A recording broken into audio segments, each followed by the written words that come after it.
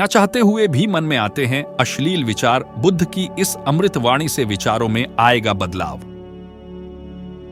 मन में कई तरह के विचार आते हैं। कभी कभी तो ना चाहते हुए भी मन में अश्लील विचार आ जाते हैं, लेकिन महात्मा गौतम बुद्ध की इस कहानी से आपके विचारों में बदलाव आएगा। मनुष्य का मन बहुत ही चंचल होता है और इसीलिए मन में कई तरह के विचार उत्पन्न होते हैं। क्षण भर में ही व्यक्ति का मन कई चीजों को सोचने लगता है। इसीलिए तो कहा जाता है कि मन को काबू करना आसान नहीं। लेकिन गौतम बुद्ध मन को नियंत्रित करने के आयामों के बारे में भी बता चुके हैं। मन में विचारों का आना गलत नहीं है कि लेकिन मुश्किल तब हो जाती है या विचार ऐसी परिस्थिति में गलत होते हैं जब मन में अश्लील विचार आते हैं। कभी कभी तो ना चाहने के बावजूद भी मन में अश्लील विचार आते हैं। अगर आपके मन में भी ऐसे विचार आते हैं तो गौतम बुद्ध की इस कहानी से आपके विचारों में जरूर बदलाव आएगा। बुद्ध की कहानी, अश्लील विचारों को कैसे रोकें। बुद्ध अपने भिक्षुओं को उपदेश देने के साथ ही उन्हें भिक्षाटन के लिए भेजते थे। एक बार उन्होंने अपने भिक्षु भरत को भिक्षा लेने के लिए एक श्राविका के घर भेजा। भरत पूरे रास्ते मन में यह सोचते हुए श्राविका के पास गया कि आखिर आज भिक्षा में क्या भोजन खाने को मिलेगा। क्योंकि भरत चंद्रवंश के राजकुमार थे और बुद्ध के सानिध्य भिक्षु के रूप में दीक्षित हुए थे। हमेशा भरत को महल में खाने के लिए स्वादिष्ट पकवान मिलते थे, लेकिन आज भिक्षा के रूप में उसे जो भी मिलेगा संतुष्ट होना पड़ेगा। श्राविका के घर पहुंचकर भरत ने भिक्षा मांगी। श्राविका ने भरत को बैठने के लिए कहा और भोजन लाने के लिए घर के भीतर चली गई। इधर भरत फिर से अपने प्रिय भोजन के बारे में सोचने लगे और जैसे ही श्राविका भोजन लेकर आई तो भरत अचंभित रह गए।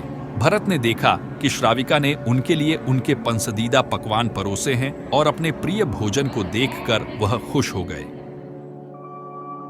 भोजन ग्रहण करते हुए भी भरत सोच रहे थे कि महल में तो उन्हें भोजन के बाद विश्राम करने की आदत है, लेकिन आज उन्हें भोजन के बाद वापस तेज धूप में चलकर आश्रम जाना होगा। लेकिन भोजन के बाद श्राविका ने भरत को कुछ समय के लिए विश्राम करने का आग्रह किया।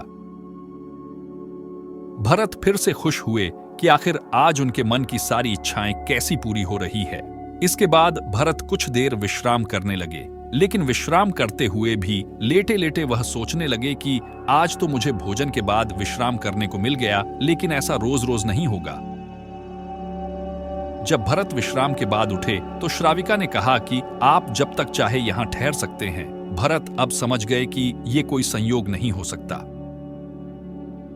उन्होंने श्राविका से कहा कि मुझे क्षमा कीजिए, क्या आप मेरा मन पेयारिएच सकती हैं? श्राविका ने हां में उत्तर दिया और कहा कि हां, मैं मन पढ़ सकती हूं। शुरू में यह कठिन था, लेकिन फिर मैंने स्वयं के मन विचारों को देखना शुरू किया। पहले मेरे विचारों की संख्या अनगिनत हुआ करती थी। इसके बाद मैंने विचारों पर ध्यान केंद्रित किया, बिना पक्ष विपक्ष के अपने विचारों को देखने लगी। इस तरह से धीरे धीरे मेरे मन में विचारों की संख्या कम होती गई और सारे व्यर्थ विचार दूर हो गए। इसके बाद से ही मैं दूसरों के मन में चल रहे विचार को पेयारिएच लेती हूं। हालांकि श्राविका की बात सुनकर भरत घबरा गए। इसके बाद भरत ने श्राविका से आज्ञा ली और आश्रम के लिए निकल पड़िए। रास्ते में भी भरत फिर से मन में आए विचारों का स्मरण करने लगे कि श्राविका के बारे में उसके मन में अश्लील विचार भी आए थे। श्राविका ने उसे भी जान लिया होगा, वह मेरे बारे में क्या सोचती होगी। भरत खुद को लज्जित महसूस कर रहे थे। भरत ने आश्रम पहुंचकर गौतम बुद्ध से कहा कि अब मैं कभी भिक्षाटन के लिए नहीं जाऊंगा। बुद्ध ने भरत को पास बुलाया और कहा कि क्या हुआ है, तुम मुझे सारी व्यथा बताओ। भरत ने सारी बातें बुद्ध को बताई। इसके बाद बुद्ध ने कहा कि अगले 1 हफ्ते तक तुम भिक्षाटन के लिए उसी श्राविका के घर पर जाओगे, लेकिन तुम्हें इस बात का ध्यान रखना होगा कि कल भिक्षाटन के लिए जाते हुए तुम अपने चित्त को पूरे होश में रखना। तुम्हारे भीतर क्या विचार उठे उन पर ध्यान केंद्रित करना और यह भी ध्यान रखना कि तुम्हारे मन में कौन सी वासना उठ रही है। तुम कल इन सभी चीजों को ध्यान में रखकर जाना और इसके बाद मुझे वापस आकर बताना। अगले दिन भरत भिक्षाटन के लिए गए। बुद्ध के बताए अनुसार वह पूरे रास्ते अपने होश को जागृत रखते हुए चल रहे थे। जब श्राविका का घर आया तो भरत ने भिक्षा मांगी। उसके भीतर कोई वासना नहीं थी और ना ही कोई विचार उत्पन्न हो रहे थे, क्योंकि उसने अपने मन को पूरी तरह जागृत रखा था। भरत ने भिक्षा ली और आश्रम चला गया।